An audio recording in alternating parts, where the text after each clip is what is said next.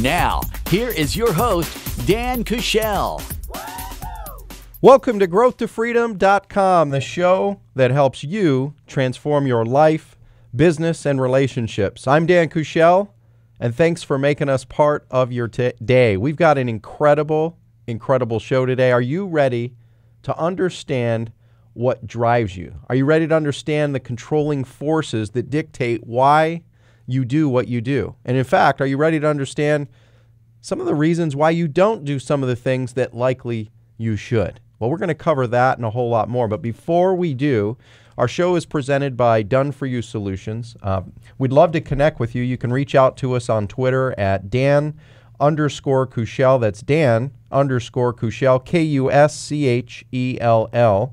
Or you can email us at info@growthtofreedom.com. That's info@growthtofreedom.com. And by the way, stay tuned because we've got a special resource package that we're going to make available to you today. And let's dive into it right now. By the way, that gift package will be free for you. So you're going to want to stick around because Dr. Christy Lopez is back in the house. Yep. Woohoo! Back in the house. And we're going to be talking about emotional mastery, right? What is it that really drives you? Why do you do what you do? Why do you not do some of the things that you should? How to shift, how to change. I mean, we're going to talk about a lot of incredible things in short order. So let's dive into it. So if you're just joining us, Dr. Christy Lopez, a regular expert on the show, and not only is she an expert on our show, she's been on Dr. Phil, she's been on Downsized, she's a psychologist, she's a coach, she works with people in transition. So if you're looking for a way to help transform your career, your life, your relationships, she's definitely someone who has the answer. She's uniquely qualified to show you how to be able to do just that, and we're bringing her to you today. So let's dive into it. So let's talk about needs, right? Yes. Which is our topic of emotional mastery today. And, why do people do some of the crazy stuff that they do? I know we were preparing for this last night, and I wanted to go right to the basics because it's not like people have a normal, or what many would consider a normal conversation and go, honey, let's talk about our needs today, right? Right. So, but they should. Yes, yeah. So let's even back up a little bit. Let's talk about the driving forces, at the reptilian mind of ourselves, reptilian mind of why we do what we do. I mean, there's essentially a couple forces, right? So why don't you hit on those, and then we'll go deeper into the needs, and we're going to talk about how you can transform what you do on a daily basis. Yes. And this is also very closely connected to emotion, which we've also talked about. So you have a physiological state, you have various different physiological states that happen and arise. So we've talked about being aware. You have to be aware of what's happening to yourself. And when that emotional state starts coming up into your body, your physiology, being able to be aware of it and then identify it, that's what then kind of kicks this thing of what it is it's a need. You have a need for something, and there is kind of a very simple way of thinking about it, which is the need to go towards something positive or pleasurable, or get away from something painful or hurtful. And it's a very simple, basic, and the kind of core level of somebody. This is also what is motivation then. Okay, it motivates me to go towards something, or it motivates me to go away from something. Everybody has it. Animals have it, and even plants have it. Yeah, you were telling me a story last night about an experiment that was done related to a plant. So talk about that a little bit. And as you're listening or you're watching right now, think of how this applies to you. Yeah. Are you the plant wilting away, or are you going towards? So go ahead. Yeah, I mean, it's very striking when you see it on the level of something like a plant. But they have done things where they either poke the plant's leaf or put a flame under it, and the plant literally will close or move. It itself, the plant, has a sense and knows that this is pain and is trying to avoid it. Or, as probably most people are aware of, plants will open and go toward the sunlight or things that are helping them grow. So you will have plants that even contort themselves to get to where they're trying to go. So even a plant has these basic motives, needs, drives, all this stuff that is leading their behavior. It'd be great to know what direction to go in and why and what's underneath all that. And that's what the whole awareness and getting the language and all of these things that we've talked about and we'll talk about are about. Yeah, and I know in one of our last episodes, you can go to growthtofreedom.com/21. if you want to go into some of the basics we covered on emotional mastery and some of the emotional factors that kick in, positive emotions, negative emotions. So there's two forces here. We've got pain, we've got pleasure. So think about it right now as you're watching, as you're listening. In your mind, if you're driving right now, maybe just think about it, be safe. If you're, somewhere where you can write it down, you may want to make a couple notes on this is, okay, what are the things, where in your life are you moving towards things that are pleasurable, right? And think about those. I know for me, I like to take walks with my wife. I like to be able to exercise. I like to listen to, audiobooks, and the list goes on, right? On the other side, where are things that you move away from because it gives you a feeling of pain? And that could be, there are relationships that people have. I mean, so chances are the pain side, we might start noticing some of the dysfunctional habits, potential rituals that we have, right? But it starts with that level of awareness. Where in your life are you moving towards pleasure? Where in your life are you moving away from pain? But okay, let's go to even a deeper level, right? Well, and can I even throw another thing in here to make Sure. it more complicated? Just because I like to make it more complicated. That seems very basic, right? Like, why wouldn't you want to move towards pleasure and away from pain? But when you're doing this now, being very aware thing, you may also discover, for some reason, you are actually moving towards pain. Okay, so that's more like subconscious stuff that's happening. So kind of basic idea would be, you want to move towards pleasure and away from pain, but then our subconscious gets in there, and if things have happened to you in the past, which I can't get into the whole thing right now, but there are certain things that then actually motivate somebody to do something towards pain. Okay, so you got to be aware that that happens too. So if you're aware of it, then you can stop doing that. You can understand what's going on and stop doing that, so you can get back to what is the more healthy way. Towards pleasure and away from pain. Towards pleasure and away from pain. And, in a couple minutes, we're going to talk about Maslow's hierarchy of needs. I know Tony Robbins has a set of core needs that he talks about, that all these needs you need to be met, but there's a couple that are predominant in all of us, right? That we, really drive towards, or we absolutely feel we need, right? Which is why they're called needs. Yes. The hierarchy of needs for human behavior. And at the same time, thinking about what motivates you, right? I know years ago, I talk about it in my book, I used to smoke, right? And I didn't smoke because I wanted to smoke. There were other needs being met. And people smoke, they drink, they do drugs, they do, there's all these fillers that people have because it fills a certain need. So talk about that maybe as it relates, like my example of smoking. What have you seen? Why do people potentially move towards smoking, even though like the first time, you light up a cigarette, right? I remember whenever I was 20 something, and it was like, I'm coughing everywhere. My lungs are burning. My freaking nose is like melting, right? I mean, it was terrible. Yes. And then we do it again, Right. right? We do this crazy behavior of pain because we think there's this link that it will give us some kind of pleasure. So talk about that a little bit. Yeah, so I don't know what your original motivation for trying smoking was, but usually to be cool, I think. Okay, because to fit in, be cool, connection, whatever. So that's the need then. So the need was to be affiliated, associated, to connection, that kind of thing. Or sometimes people think, because then I'm an adult. Or so there's some sort of need that got that going, like motivated you to do that, although it was a terrible physiological experience for you in the way that you had that happen.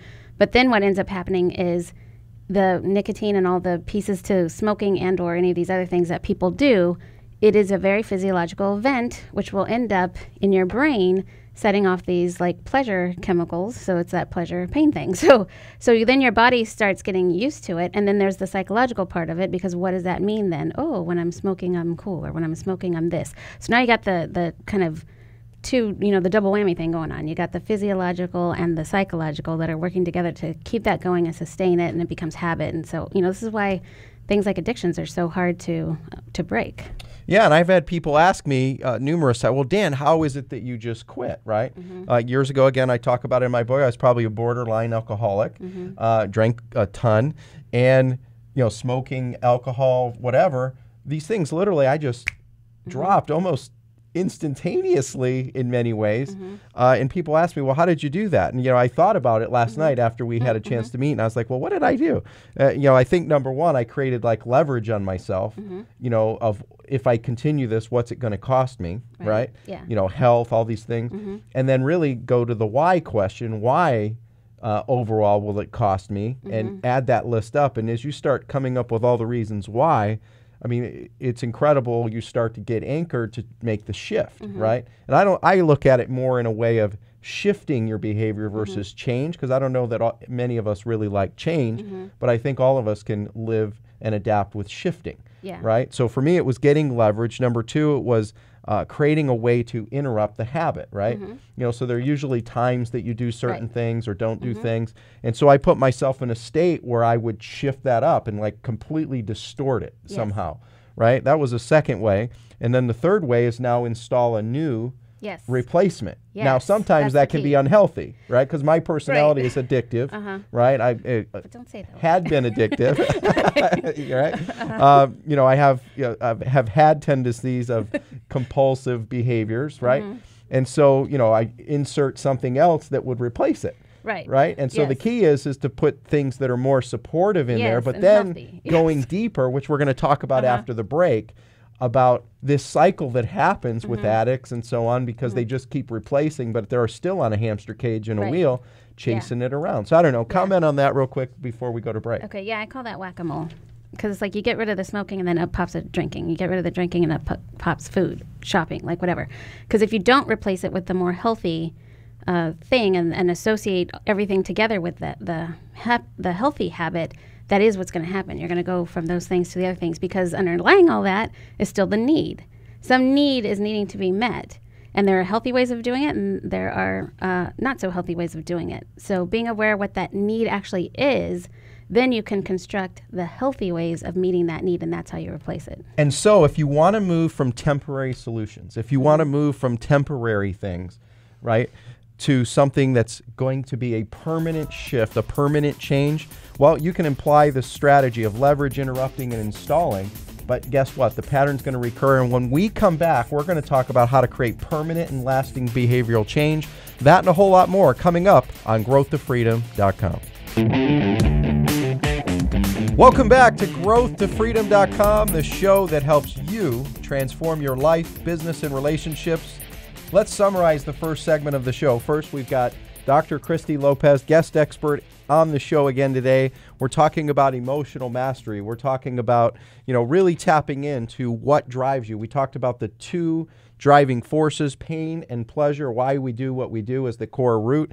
And then I gave an example of something I dealt with in the past, like 20 years ago or whatever, of smoking. And, a way to look at how I quit, which I use this little technique. I guess I'm going to use an acronym now as I wrote this down, LII, which is leverage it, interrupt it, and install it, right? So the leverage is I got leverage on myself that I've got to change. I think Tony Robbins talks about it in terms, in order for something to change, we must want to change it.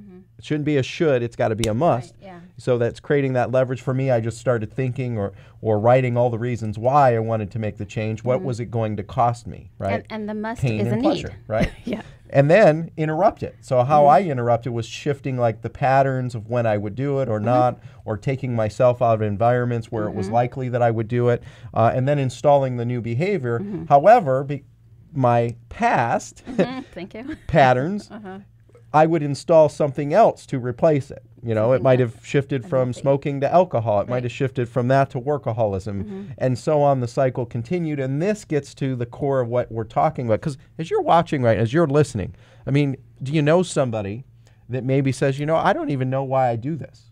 I don't know why I even do what I do. Whether it's a bad habit or even a good habit for that matter, right?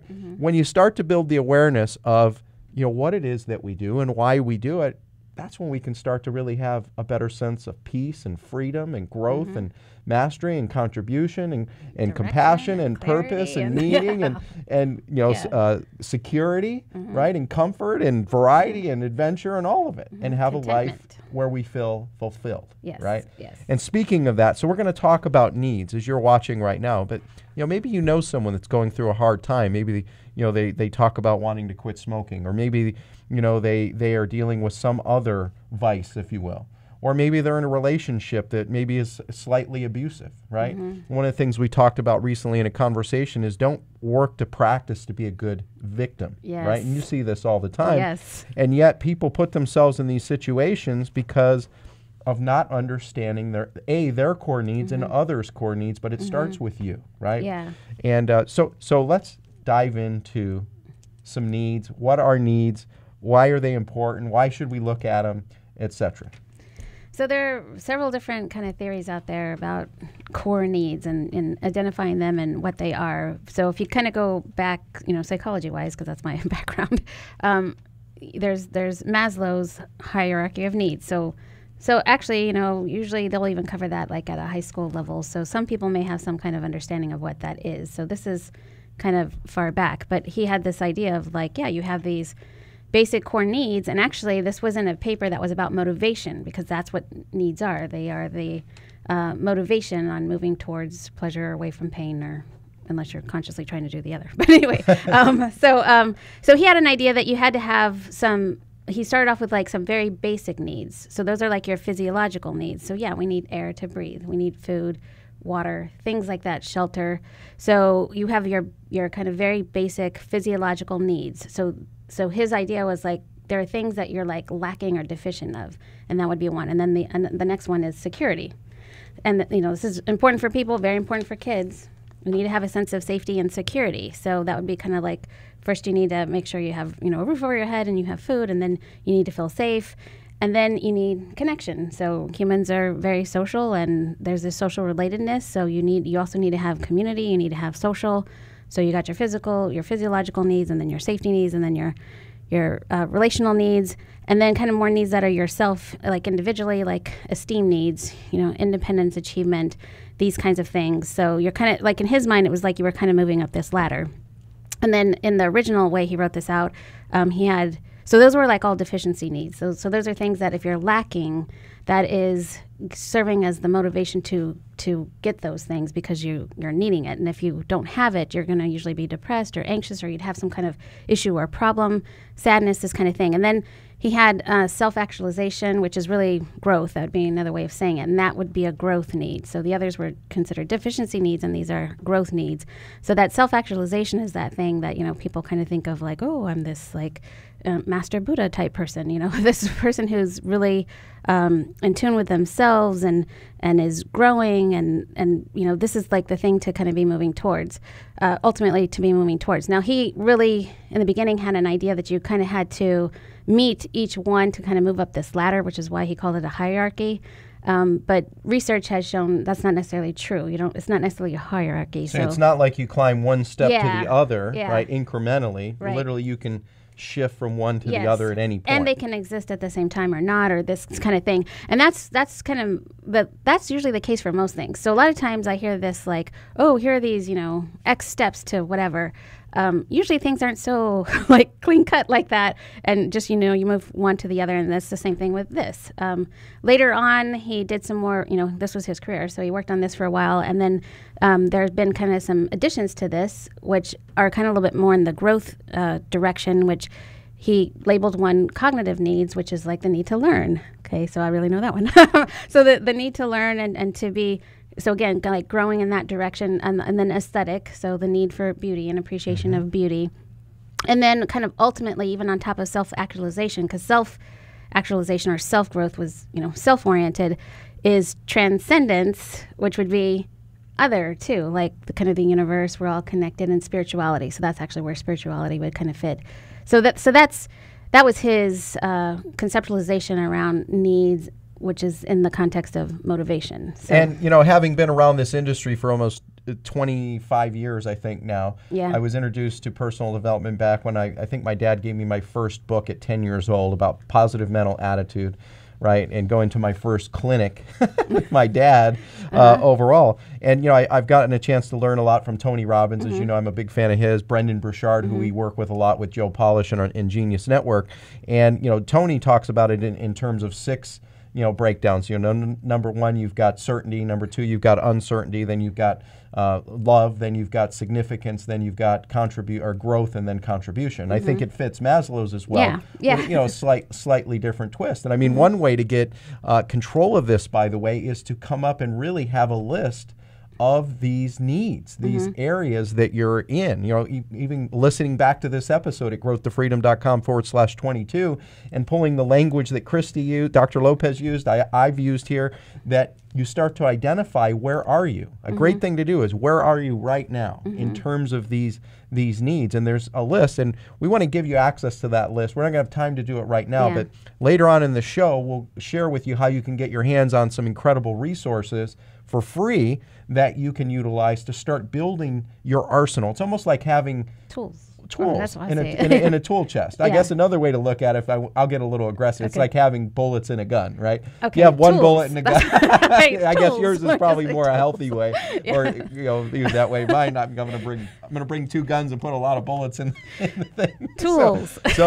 So with that in mind, when we come back, we're going to talk about really grabbing a hold of mastery of emotions, needs, that and a whole lot more with Dr. Christy Lopez on growthtofreedom.com. Welcome back to growthtofreedom.com. Are you ready to transform your life, business, and relationships? Well, let's summarize the first two segments of the show. We've got Dr. Christy Lopez, PhD, coach and helping people in coaching with people in transition. If you want to transition, if you want to transform your life, business, career, and relationships, she's someone who can help you. She's been on Dr. Phil, Downsized. We're talking about what drives you, what motivates you, two driving forces. We've been talking about pain and pleasure, how to use those in your favor. We've been talking about getting leverage on if you've got a bad habit or maybe know someone who has a bad habit, but then maybe they've had a bad habit and tried to make a shift, and then it was temporary. Well, why that is. We talked about the simple three-step acronym I came up with here: leverage, interrupt, install. But at the end of the day, there's still a need that needs to be met. And so if you find yourself, like I have, had the habit of doing, repeating old habits, repeating old patterns, it's because of not really having a true understanding of needs. So in the last segment, we talked about Maslow's hierarchy of needs. We talked about the baseline of the base physiological needs, safety needs, love, esteem, self-actualization, then going to growth and self-actualization of transcendence. We talked about Tony Robbins and his 6, which are certainty, uncertainty, love, significance, growth, and contribution, right? And of course, there's others. I mean, there's Daniel Pink's work with Drive. He talks about the things that people want. They want autonomy, they want creativity, and they want the ability to go out. What was the other one we talked about last night? I think it was mastery. Oh, I looked it up because actually his is very close to these other psychologists who came up with 3. And then you mentioned Daniel Pink, and I'm like, well, those are the same as these other psychologists, or at least these other psychologists: autonomy, competence, and relatedness. So really, all of these things, they overlap each other. Yeah, and when you get a true grasp of the languaging around it, it's amazing how you start to fill in. So let's talk about you right now as you're watching, as you're listening. Have you ever gone, well, what is it that I need? And I don't know why I do the things that I do. Well, it starts with needs. What is it you need? And one way that I have found to, get a better, clearer view, more clarity around it, Dr. Lopez, is just asking the question, what do I value most, right? What do I value most? I actually do this in companies. These companies will spend 3 days in a training and pay people to come in and try to identify their core values. Right. And if you just go around and ask the team, well, what do you value most about your work here? And have people write it down, you'll start to see the common threads that exist and find the 2 or 3 that ultimately are the strongest core values / needs in that particular company, right? Yeah, and the individual people, what are your individual needs, values, these things, and what are the companies? Because if they don't coincide with each other, you might have a problem. Yes, and it's also a mirror in many ways. Another way that I look at it is, I think about my relationship with T, right?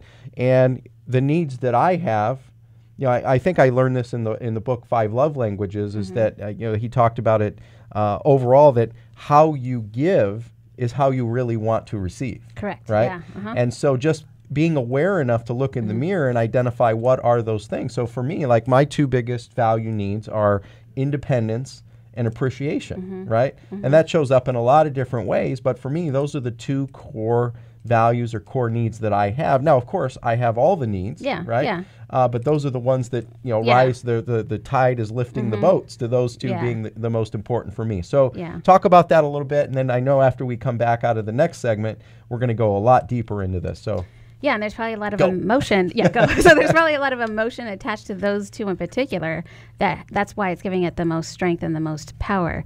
And then, so I have to say this on the 5 languages, because this happens all the time in couples. It is that people will give and how they want to receive, but the problem often is your partner doesn't have the same. And that's when people miss each other. Yep. Okay, so if I'm a person who knows I'm loved because I get gifts, well, then they're going to be showering their partner with gifts. But their partner, that may not register to them at all for love, because what they need is to be told. Okay, so yes, you need to be aware of yourself and your partners, because a lot of this stuff comes up around couples, and even this could happen, same thing for any kind of dynamic, like a boss and an employee, or siblings, or anybody else, any kind of relational. The needs come up, and this is what people need to be aware of. So it's the same thing, like back to emotions. You need to be aware, and you need to have the language for it, because I will ask people, I'll just straight out ask them, do you know what your needs are? And same thing, I always get the look of like like dumbfounded, like people like you open the show, people are not used to identifying these things and talking about these things. So you need to be aware, and you need to get the language around needs so you can start working with it and then grow it to how you want it to be. And we want to show you how to grow it to how you want it to be. And when we come back, we're going to go into 5 steps to meeting your needs. We're going to talk more about what drives you. We're going to talk about, how to break the constant patterns that discourage you, that break you down, that and a whole lot more with Dr. Christy Lopez on growthtofreedom.com.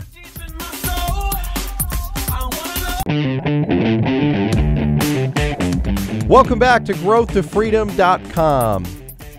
Let's summarize the first 3 segments of the show. We've been talking with Dr. Christy Lopez. She's an expert psychologist. She coaches people in transition for their career, their business, their relationships.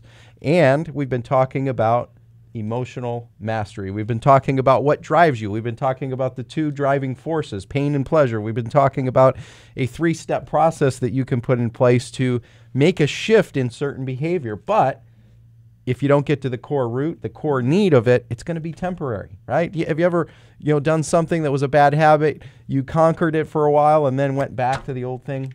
It's because you didn't get to the core root issue of the need itself. So we've been talking about some of those core needs in the last segment. We've been talking about Maslow's hierarchy of needs. We've been talking about, Tony Robbins and his 6 needs, which are built off of Maslow's hierarchy. And all of these are tools to help you have a tool belt. Now, Dr. Christy Lopez talked about having a tool chest with tools in it, and I talked about having a gun with bullets. Right. And it's all perspective, because guess what? For the guy who lives on a farm, who has to survive by hunting, having a gun is probably a valuable tool. But the guy who lives in the street, who walks up to somebody in their car and carjacks them, well, that's not a tool. So it's all how you use it, isn't it? Okay. Right? It's perception, right? It's all how we use it. A hammer can be a tool, or it can also be, Right. something that harms somebody. Yes. It's all, A, the type of tool, B, more importantly, it's how it's used. And the same thing with this. I mean, people can use these tools Yes. for good, for positive, and for health. Other people can use them to, do things Yeah. to manipulate and do Or different even things like that. self-destroy themselves. Yeah. And I don't know, have you seen anybody that has self-destructive behavior? Right? You've seen thousands Yeah. in your career, in the work that you do. So let's go deeper into you have a 5-step process for meeting your needs. So let's dive into that as well.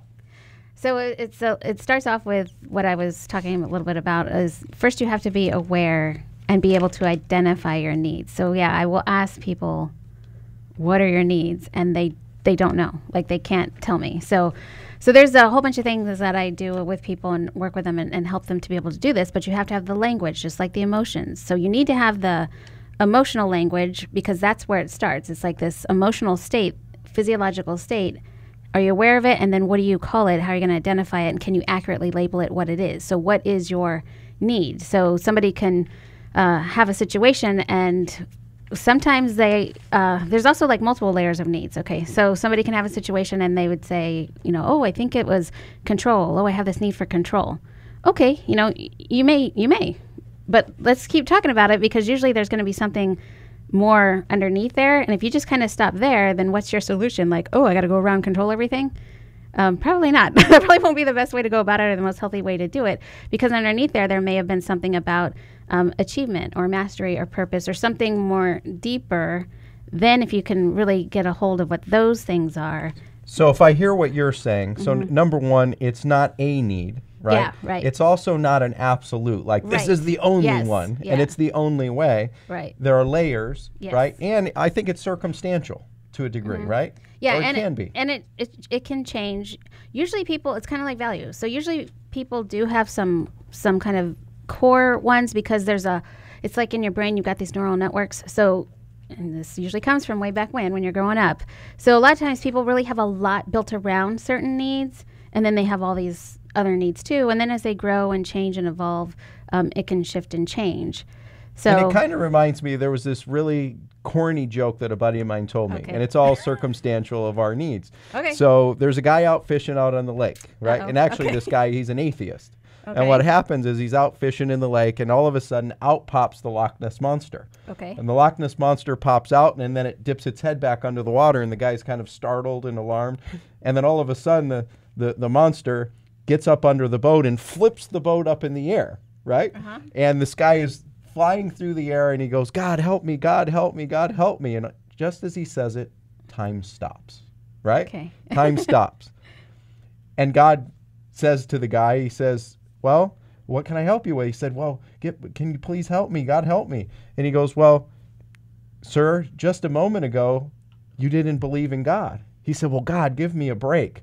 Just a few minutes ago, I didn't believe in the Loch Ness Monster either. Okay. Yes. So it's circumstantial. Yeah. When a Loch Ness Monster appears, it may shift something. Exactly. Yes. So Okay. going was a back, good shift. identify the need Yeah. So that you have, and hopefully you're not going up against the Loch Ness Monster. But if you are, you still Yes. got to go back and identify your need. In his Right. case, he wanted to turn to God. yes, which is usually a good thing, right? Yes. So it could be. So even something kind of negative or scary could end up actually bringing you in touch with something really good, like a need for something else, or for something above spiritual, which is actually like the transcendence need, something beyond yourself, God, things like that. And then that could be motivation, because that's what all this stuff again is. It's motivation. So you need to be able to identify it, accurately identify it. What is your need? And then you need to be able to express it. Okay, now you need to be able to express it even in the terms of just a basic, I need love, like something like that. Okay, because I'm always on you about language, right? Yes, Okay. yes. Because there's a whole thing around language in your brain and how all this stuff works here. So for you to be able to express it in that term, say it, and say it like with assertiveness. Don't just be like, oh, I need love, I guess. No, I need love. Okay, so you need to be able to be assured in that for yourself, because then the next thing is you need to be able to ask for it, especially again if you're in a relationship with somebody.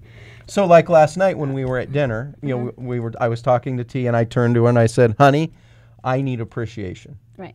And a way you can do that is just write me a little note here and there, right? Or just, leave me a little card. That's a simple, easy way for me to get appreciation. Yeah, and that's the key, is be specific and help the other person by giving them those behavior things. So I need X, and the two main ways you can provide that or help me with that is 1, 2.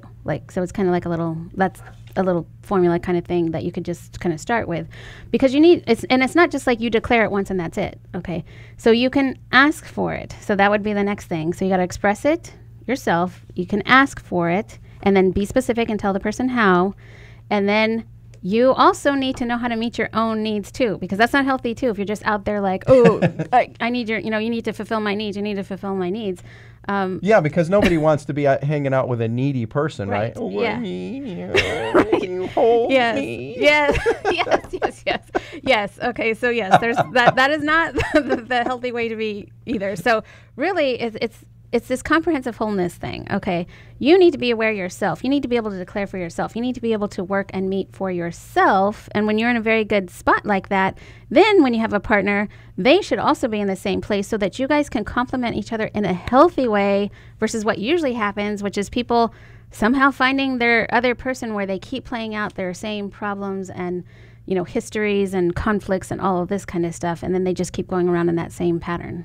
So we were kind of joking about it a bit at dinner that one of the things that has kind of screwed up relationships forever is movie Jerry Maguire. Yes. And the whole line, "You complete me." Yes. Yes. So talk about that a little bit. Yeah, that has probably done so much damage because that's that whole idea of like that somebody is incomplete or not whole or they're not able to do things on their own. And then they need this other person to provide that for them.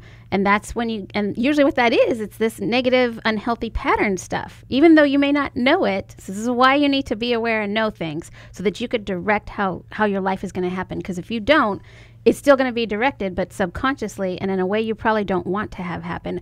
And then they look for that person to complete them, but what they end up doing is hooking up with somebody where they then replay these unhealthy patterns over and over. So do you want to direct your ship called life? Do you want to have a rudder onto the end of the boat? So step 1, identify your need. Step 2, be able to express it. Step 3, be able to ask for it. Step 4, find ways to meet your own needs. And number 5 is work to complement each other. Is that right? Yeah, that would be healthy. So speaking of those steps, and I know we could go a lot deeper on all of this, couldn't we? I mean, literally we could spend a half an hour on each of the 5 steps that we've just broken down. So if you want to get access to this show, you can go to growthtofreedom.com/22. You can also catch our one of our most recent episodes at growthtofreedom.com/21 that complements this show as well. And where can people learn more about you, get in touch with you, get access to some of the incredible resources you've got as well? We'll have a website, so it's www.ChristyLopezPhD.com. So I'm going to spell my name out because people often misspell it. So it's spelled ChristyLopezPhD.com. So www.ChristyLopezPhD.com. I'm local to Phoenix, although I do see people from all over. So my number is 602-323-7824, 602-323-7824. So you can get on the website, look around, you can call. Those would be the primary ways you can get in touch. And I want to encourage you to get in touch with Dr. Lopez. We've known each other 5 years. We worked together. I was in therapy with you, dealing with some things years ago. And I want to encourage you to go take advantage of the incredible resources she's got. She's at ChristyLopezPhD.com. You can call her at 602-323-7824, 602-323-7824. And we also talked about a special resource package. So we want to get you the ability to build that language. We want to help you avoid the Loch Ness Monster, right? Because there's nothing worse than being in a desperate place, an insecure place. And we want to help give you the tools, the power, give you the ability to have that control that you deserve. Because you do deserve it, right? We know you do. I mean, there's a champion inside of you. There's a gold medal winner inside of you. And we want to give you the access to be able to do that. So we've got a special collection of resources available where we'll get you access to the list of the hierarchical needs, from Tony Robbins, from Maslow's needs. We also have the emotional list that we talked about on the last show. Also, we have our book package, which A Champion in the Making, Walking with the Wise, audio program, video program, a collection of incredible special resources for you. And they're free. And you can get those right now when you pick up the phone and contact our office while supplies last. It's a limited time only. It's 602-234. Heck, I just forgot my phone number. 602-234. I forgot. So you're going to have to go to the website. growthtofreedom.com/gift. That's growthtofreedom.com/gift. Or 602-246-3389. That's there it. You go. 602-246-3389. That's 602-246-3389. I guess I was having potentially an emotional meltdown there for a moment here live on the air. That's awesome. Well, it wasn't a meltdown. Maybe you were thinking about how much everyone needs these things in this package. It's transcendent. Yes, and it's not selfish, which that's another thing. People have an idea of like, oh, it's selfish for me to have needs. No, it's human. Yeah, Okay. speak on that because we do have a couple minutes, okay. right? So Yeah. speak on, that's one of the biggest mistakes. Yeah. The biggest miss is I'm being selfish because I'm expressing my needs. Right. I mean, it's the Yeah. great's bunch of hogwash in the world. You know someone like that? I Yes. used to be that person. So hit on that. Yeah, people do that, men and women, and a lot of times that was reinforced. Like, well, that's selfish. Okay. Well, then I have to talk to people about, well, what does selfish mean? Okay, because in this context, okay, yeah, I guess if you want to call it selfish, but really, if you are wanting to be the best person you can for yourself, for your family, for your kids, for your spouse, for community, all this, you do need to be, again, complete, whole, healthy, all of these things. And that just doesn't happen by magic. Okay, you have to work on it. Yep. And part of this is needs, because this is the motivation, this is the drive, and it's a lot more healthy to know what it's about and to be able to direct it. And it's not this kind of negative concept of like, oh, well, then I'm being selfish. Now, I don't want people to go off to the other side and be this like narcissistic person and it's all about me and that's it. Who cares about you? No. A lot of this stuff is about balance. So that negative selfish thing, people do have to work on that. And we want to help you work on that. So we have the resource package. You can contact Dr. Lopez. And time flies when we're having fun. Yep, doesn't every it? time. I mean, it just goes by like this. Yep. We could go literally for hours on this topic. Thanks for being with us today. Oh, you're welcome. Always a pleasure to be here. Yeah, and I look forward to having you on again. That's our show for today. And I think I'm better for it. Are you better for it? Of course. Always better. Yes, and we appreciate you being a part of the show as well. And again, if you want to get a recap, you can go to growthtofreedom.com/22. Email us at info@growthtofreedom.com. And if this show resonated with you in some small way, I encourage you to repeat after me. I'm a winner. I'm a champion. I'm the best. I deserve it. And you know what? You do. We want to help you avoid the Loch Ness Monster. We want to help you get emotional mastery. Find a collaboration group, find a coach, find a mentor, find a meetup group in your area that can help you transform your life. Seize the day. Make it a great week. We'll see you next time on growthtofreedom.com.